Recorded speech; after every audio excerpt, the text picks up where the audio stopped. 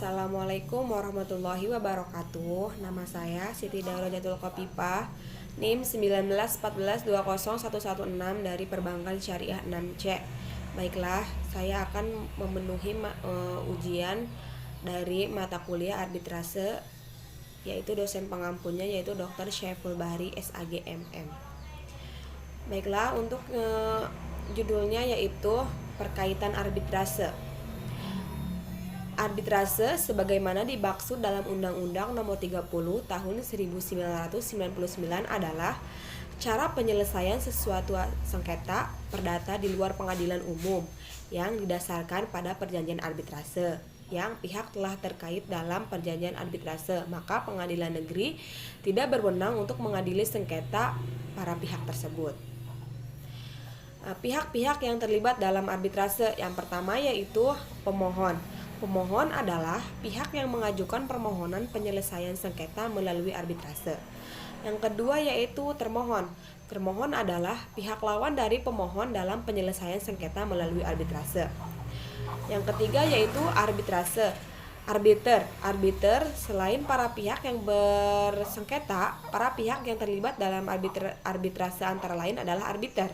Arbiter ini adalah perorangan karena kompetensi dan imigrasinya dipilih oleh para pihak yang bersengketa untuk memeriksa dan memberikan putusan atas sengketa yang bersangkutan. Para pihak berhak menunjuk arbiter dan arbiter pun berhak untuk menerima atau menolak penunjukan tersebut. Yang selanjutnya yaitu penunjukan arbiter dilakukan dengan sebagai berikut. Yang pertama yaitu arbiter tunggal. Arbiter tunggal ini penunjukan seseorang sebagai arbiter tunggal harus merupakan persetujuan pemohon dan termohon. Penyelesaian perkara akan diperiksa dan diputuskan oleh suatu orang arbiter. Yang kedua yaitu majelis arbitrase. Pemohon dan termohon menunjuk arbiternya masing-masing. Dan selanjutnya, kedua arbiter selanjutnya yaitu B. Sifat perjanjian arbitrase. Pada Undang-Undang Nomor 30 Tahun 1999 tentang arbitrase dan alternatif penyelesaian sengketa, dijelaskan ketentuan-ketentuan mengenai arbitrase termasuk sifat dan prinsip dari arbitrase. Jadi berikut ini beberapa karakteristik berupa sifat dan prinsip dari arbitrase. Yang pertama yaitu cepat, efisien, dan tuntas. Arbitrase menganut prinsip win-win solution dan tidak bertele-tele karena karakteristiknya yang prosedur informal sehingga dapat digerakkan dengan cepat.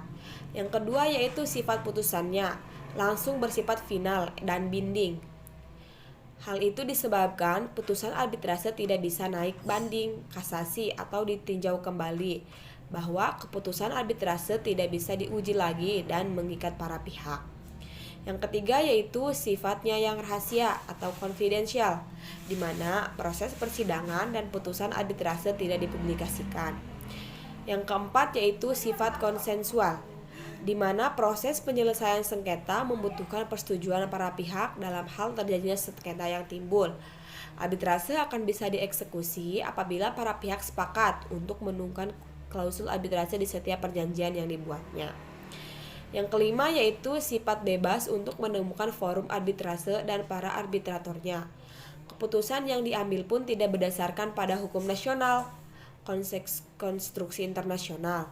Maka para pihak dalam memutuskan pilihannya tidak berdasarkan hukum nasional negara masing-masing pihak, melainkan berdasarkan ketentuan forum arbitrasenya.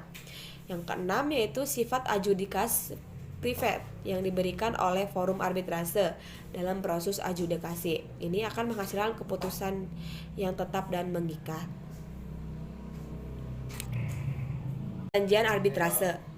Dari rumusan tersebut dapat disimpulkan bahwa perjanjian arbitrase timbul karena adanya kesepakatan berupa yang pertama yaitu klausula arbitrase yang tercantum dalam suatu perjanjian tertulis yang dibuat oleh para pihak sebelum timbul sengketa. Yang kedua yaitu suatu perjanjian arbitrase tersedia yang dibuat oleh para perjanjian arbitrase. Yang pertama perjanjian yaitu